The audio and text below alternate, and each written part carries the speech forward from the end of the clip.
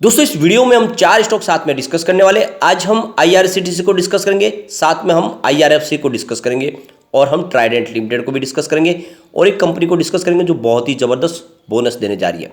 IRCTC ने अपना Q3 का रिजल्ट डिक्लेयर कर दिया है, बहुत ही जबरदस्त रिजल्ट है और साथ में डिविडेंड भी डिक्लेयर कर दिया है। कब है रिकॉर्ड डेट, वीडियो के माध्यम से जानेंगे और इस रिजल्ट के बाद क्या शानदार तेजी का दौर शुरू होने वाला है, क्योंकि काफ़ी शानदार रिजल्ट देखने को मिला है। यहाँ पे अच्छे से हम रिजल्ट को एनालिस करेंगे। दूसरी तरफ आईआरएफसी का रिजल्ट भी हमारे सामने आने वाला है और लगातार अच्छे रिजल्ट देखने को मिल रहे हैं। आईआरएफसी में जितनी रेलवे की कंपनियां ये काफ़ी ज़्यादा मुनाफा कमा रही है और ऐसे में क्या हमें आईआरएफसी में निवेश करना चाहिए। और ट्राइडेंट लिमिटेड की अगर हम बात करें तो स्टॉक काफ़ी दबाव में दिखाई दे रहा है और उसके पीछे वजह है इसका सेक्टर। टेक्सटाइल सेक्टर को बहुत ज़्यादा दबाव झेलना पड़ा है, स्पेशली जो एक्सपोर्ट का कारोबार कर रही है। और वैसे ट्राइडेंट की बात करें तो 50% तो इनका कारोबार एक्सपोर्ट के ऊपर है। और ऐसे में यूएस में जो इन्फ्लेशन का प्रॉब्लम है और जो जियोपॉलिटिकल टेंशन है यूरोपियन कंट्रीज़ में, वो सारा प्रॉब्लम क्रिएट कर रहा है और इसकी वजह से देखें तो इनका सेल डाउन हो रहा है। लेकिन कारोबार सिर्फ टेक्सटाइल का नहीं है, इनका पेपर का बिजनेस भी है और केमिकल डिवीज़न भी है और कंपनी अपने अब कैपेसिटी को बढ़ाने जा रही है। और ऐसे में क्या ट्राइडेंट में इस समय निवेश करना चाहिए, क्योंकि स्टॉक ऊपर के लेवल से काफ़ी ज़्यादा करेक्ट भी हो चुका है। इन सारी बातों को समझेंगे इस वीडियो के माध्यम से। लेकिन फ्रेंड उससे पहले अगर आप पहली बार हमारे चैनल पे आए तो चैनल को सब्सक्राइब कर दीजिए, एक बेल आइकॉन दबा दीजिए ताकि जब भी नया वीडियो बने पहला नोटिफिकेशन आपको मिले। वीडियो पसंद आए तो लाइक से जरूर कीजिए। चलो फ्रेंड्स वीडियो स्टार्ट करते हैं। मैं हूँ आपका दोस्त एस बी दवे और हमारे अपने चैनल ऑनलाइन कमाई में आपका बहुत बहुत स्वागत है।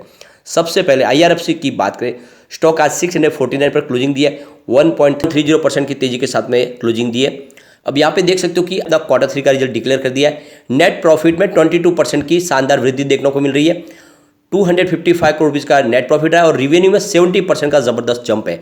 तो आप देख सकते हो कि काफ़ी शानदार है इस बार आंकड़े। तो यहाँ पे देख सकते हो कि 255 करोड़ रुपीज़ का टोटल नेट प्रॉफिट है, जिसमें 22.30% की ईयर ऑन द बेसिस पे बढ़ोतरी देखने को मिल रही है, जो काफ़ी शानदार है। पिछले साल सेम क्वार्टर की बात करें, इनका जो नेट प्रॉफिट था वो 208.80 करोड़ रुपीज़ के आसपास था, तो 22% की वृद्धि देखने को मिल रही है। कंपनी के रिवेन्यू की बात करें इस बार 918.10 करोड़ रुपीज़ के आसपास रहा है, जहाँ पे 70% की ईयर ऑन द बेसिस पे बढ़ोतरी देखने को मिल रही है। पिछली बार ये 540.20 करोड़ रुपीज़ के आसपास था। इसके अलावा कंपनी ने 3.50 यानी ₹3.5 पर शेयर यहाँ पे डिविडेंड भी डिक्लेयर कर दिया है। कंपनी के एबिटाडा की बात करें तो 16.7% की ये जंप देखने को मिल रही है, जो इस बार 325.8 करोड़ रुपीज़ के आसपास रहा है। पिछले साल सेम क्वार्टर में 279.2 करोड़ रुपीज़ के आसपास था। कंपनी के अलग अलग बिजनेस की बात करें तो स्टेट तीर्थ का जो बिजनेस उसमें 467% की ईयर ऑन बेसिस पे जंप देखने को मिली, जो 25.5 करोड़ रुपीज़ के आसपास रहा है। अगर इनके कैटरिंग के बिजनेस की बात करें तो यहाँ पे 276% की ईयर ऑन बेसिस पे जंप रही है, जो 394 करोड़ रुपीज़ के आसपास रहा है। और रेल नीर की बात करें तो ये 58% अप देखने को मिल रहा है। और इसके अलावा अगर आप देखें तो टूरिज्म का जो बिजनेस है उसमें 79% की जंप देखने को मिल रही है। तो कुल मिला के देखें सभी बिजनेस में काफ़ी अच्छी वृद्धि है और ओवरऑल देखें तो बहुत ही शानदार इस बार प्रदर्शन किया है रेलवे के इस शेयर ने, जो लोगों को भी आने वाले समय अच्छा रिटर्न देने की ताकत रखता है। तो आप देख सकते इंटरनेट के टिकटिंग के माध्यम से जो बिजनेस है उसमें सिर्फ एक दिन की गिरावट हुई है, जो 3.8% की ईयर ऑन बेसिस पे गिरावट है, 301 करोड़ रुपीज़ के आसपास रहा है। तो सारे बिजनेस आपको बढ़ते हुए दिखा देंगे, सिर्फ रेलवे इंटरनेट टिकट का बुकिंग का जो बिजनेस है उसमें ही 3% की गिरावट है। ओवरऑल काफ़ी ज़बरदस्त रिजल्ट रहा है। तो कंपनी ने साथ में अगर आप देखें तो 175% यहाँ पे डिविडेंड डिक्लेयर किया, यानी आप देख सकते हो टोटल 160 करोड़ का डिविडेंड दिया जाएगा अपने शेयर होल्डर को और पर शेयर ₹3.5 का आपको डिविडेंड मिलेगा। इसकी रिकॉर्ड डेट भी आ चुकी है। आप देख सकते हो कि जो कंपनी ने इसकी जो डेट फिक्स की है वो है, आप देख सकते हो 22 फरवरी 2023। तो ये आपको डिविडेंड आप मिल जाएगा और बिल्कुल आपको इसमें इन्वेस्टमेंट करना चाहिए। स्टॉक काफ़ी अच्छा लग रहा है।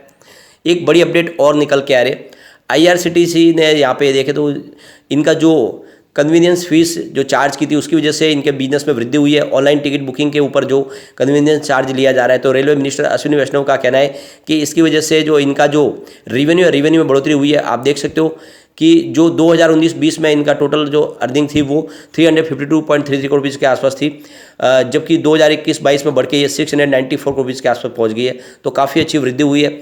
तो कुल मिला के देख रेलवे की गाड़ी ये बिल्कुल पटरी पे है और आने वाले समय डेफिनेटली ये स्टॉक कमाल कर सकता है। ये मौका है, इस रिजल्ट के बाद आपको खरीदारी करनी चाहिए और अभी अगर इस समय आप खरीदारी करोगे तो आपको डिविडेंड का भी मौका मिल जाएगा। अब हम चलते हैं आईआरएफसी की तरफ। स्टॉक की क्लोजिंग 30.10 पर ही, जहाँ पे 0.82% की गिरावट है। स्टॉक थोड़ा सा दबाव में दिखाई दे रहा है और इसके पीछे वजह ये रही कि इस बार बजट में ऐलान किया गया कि इस बार आईआरएफसी कोई भी नया जो लोन है लेगी नहीं, यानी वो फंड रेज नहीं करेंगे क्योंकि उनके पास ऑलरेडी अभी सफिशिएंट फंड है। लेकिन दूसरी तरफ ये भी बात निकल के आ रही है, इस बार रेलवे बहुत सारी कंपनियों के अंदर अपनी स्टेक बेच रही है और वहाँ से जो डिसइन्वेस्टमेंट के माध्यम से जो पैसे आ रहे हैं उसी को रेलवे के कामकाज में लगाएंगे। इस वजह से लगने लगा है कि इस बार आईआरएफसी का काम थोड़ा कम रह सकता है और प्रॉफिट में कमी आ सकती है। इस वजह से थोड़ा सा दबाव देखने को मिला है, लेकिन फिर भी अगर आप देखें तो कंपनी का खर्च बिल्कुल नहीं है और इसी वजह से प्रॉफिट बढ़ने की संभावना ज़्यादा है। तो बिना डरे आईआरएफसी में निवेश करें और वैसे भी ये अपनी बुक वैल्यू से नीचे मिल रहा है। कंपनी 13 फरवरी को अपना रिजल्ट भी डिक्लेयर करने वाली है और आशा है रिजल्ट इस बार पिछली बार से अच्छा शानदार हो सकता है। अगर आप इनके रिजल्ट को देखोगे तो लगातार आपको बढ़ता हुआ दिखाई देगा।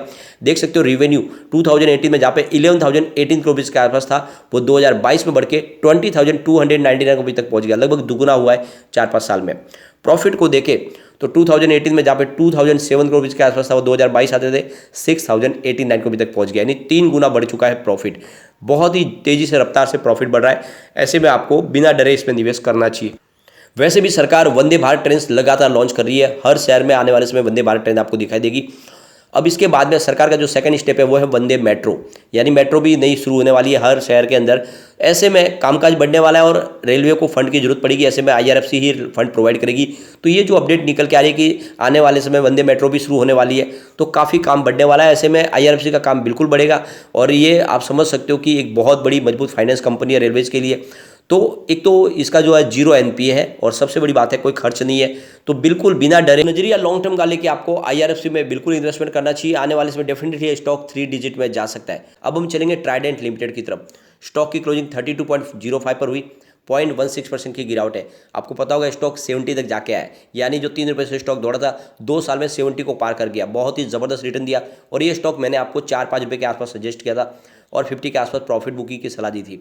ये आप देख सकते हो, इसलिए मैं वापस इस समय खरीदारी की जा सकती है। कंपनी का कारोबार काफ़ी अच्छा है, कंपनी अपने बिजनेस को तेज़ी से आगे बढ़ाने वाली भी है। इस बार हमने रिजल्ट देखा बहुत ही बेहतर रहा है। और लेकिन एक यहाँ पे सबसे जो बड़ी टेंशन वाली बात है कि जो टेक्सटाइल का बिजनेस है एक्सपोर्ट का, उसमें कमी आ रही है। तो यहाँ पे जो लेटेस्ट रिपोर्ट निकल के आ रही है, जो होम टेक्सटाइल एक्सपोर्ट का बिजनेस है उसमें 16 से लेकर 18% की ईयर ऑन बेसिस पे गिरावट देखने को मिल सकती है फाइनेंशियल 2023 में। और इसके पीछे वजह है स्लो डाउन और यूएस यूरोप से जो डिमांड है उसमें कमी आ रही है। इसके अलावा जो मटेरियल और जो लॉजिस्टिक कॉस्ट है उसमें बढ़ोतरी होगी। इस वजह से ये केयर एज रेटिंग की जो रिपोर्ट निकल गई ये कह रही है कि आने वाले समय में भी टेक्सटाइल सेक्टर को दबाव झेलना पड़ सकता है। एक तो कॉस्ट की बढ़ोतरी और दूसरी तरफ स्लो डाउन, और इस वजह से लोग इस समय जो यूरोपियन बाजार में हो खरीदारी करना पसंद नहीं कर रहे इस सेक्टर में। लेकिन अगर आप दूसरी तरफ देखें तो पाकिस्तान का पूरी तरह से जो टेक्सटाइल का मार्केट कोलैप्स कर गया, क्योंकि वहाँ पे इस समय आप देखो बिजली की भी समस्या हो रही है, लोगों के पास खाने को पैसे नहीं है। दूसरी तरफ अगर आप देखो चाइना के बाजार में इस समय काफ़ी ज़्यादा प्रॉब्लम है। चाइना ने देखो कोविड के बाद में वो ज़्यादा करके उनका बाजार कोलैप्स कर गया है। और दूसरी तरफ देखें तो यूरोपियन बाजार उनसे कामकाज करना पसंद नहीं करे। अभी फिलहाल हमारा जो कंपटीशन है सिर्फ बांग्लादेश के साथ में, बांग्लादेश का टेक्सटाइल का कारोबार हमारे से अच्छा है और इंडिया को अब जल्द ही उसमें कुछ और पॉलिसी में बदलाव लाना होगा, कुछ स्कीम का बेनिफिट देना होगा, तभी जाके टेक्सटाइल सेक्टर को तेजी का दौर देखना मिल सकता है। वरना इस समय अगर आप देखें तो टेक्सटाइल सेक्टर को बहुत सारी प्रॉब्लम देखने को मिल रही है। अब यहाँ पे एक बड़ी अपडेट और निकल के आ रही है, जैसे कि यहाँ पे यूपी में अब की बार ग्लोबल समिट होने जा रहा है और इस बार जो फॉरेन इन्वेस्टर है वो काफ़ी सेक्टर के अंदर निवेश करने के लिए यहाँ पे प्रेरित हो रहे हैं। इसमें देखें तो ये अपैरल और टेक्सटाइल सेक्टर में भी इस बार उनका इंटरेस्ट है, वो यहाँ पे निवेश करने के बारे में सोच रहे। तो ये जो ग्लोबल समिट हुआ इसका फ़ायदा बहुत सारी कंपनियां उठा सकती है। स्पेशली अगर आप देखें तो जो फॉरेन फंड है वो भी यहाँ पे आएंगे निवेश करने के लिए, उनके साथ में बिजनेस टाइप भी किया जा सकता है, यानी ट्राइडेंट के लिए भी कुछ मौके निकल के आ रहे हैं। तो ये जो यूपी का ग्लोबल समिट हो रहा है इसका फायदा हो सकता है। वैसे अगर आप देखें तो ट्राइडेंट लिमिटेड पंजाब से शुरुआत करके एमपी तक आ चुके, यूपी में इस बार मौका है वो यहाँ पे एंट्री कर सकते हैं। वहाँ की गवर्नमेंट बहुत सारी हेल्प दे रही है, तो हो सकता है कि ट्राइडेंट वहाँ पे कुछ एंट्री करे और वहाँ पे कुछ अपना जो कारोबार शुरू करे। सरकार की कोशिश तो वहाँ पे जारी है, तो ऐसे में कारोबार बढ़ता हुआ दिखाई दे सकता है। वैसे भी इन्होंने अपनी मंशा जाहिर की कि कारोबार आने वाले समय ये अपना एक्सपांड करने वाले। इस बार रिजल्ट काफ़ी अच्छा है। आप देख सकते हो दिसंबर 2021 में जहाँ पे 1980 करोड़ रुपीज़ के आसपास था इनका रेवेन्यू, जो सितंबर में गिर के 1438 करोड़ तक आ गया था। लेकिन इस बार दिसंबर में फिर से रेवेन्यू बढ़ के 1641 करोड़ तक पहुंच गया है। तो जो लगातार रेवेन्यू गिरा था उसमें अच्छी खासी वृद्धि देखने को मिल रही है इस बार। इसके अलावा अगर हम कंपनी का प्रॉफिट की बात करें तो दिसंबर 2021 में जहाँ पे 211 को भी इसके आसपास था, जो लगातार गिरते हुए सितंबर में 37.39 को भी जगह आ गया था, यानी 2 डिजिट में आ गया था। लेकिन दिसंबर 2022 में कमाल किया कंपनी ने और प्रॉफिट सीधा 144 को भी तक पहुंच गया।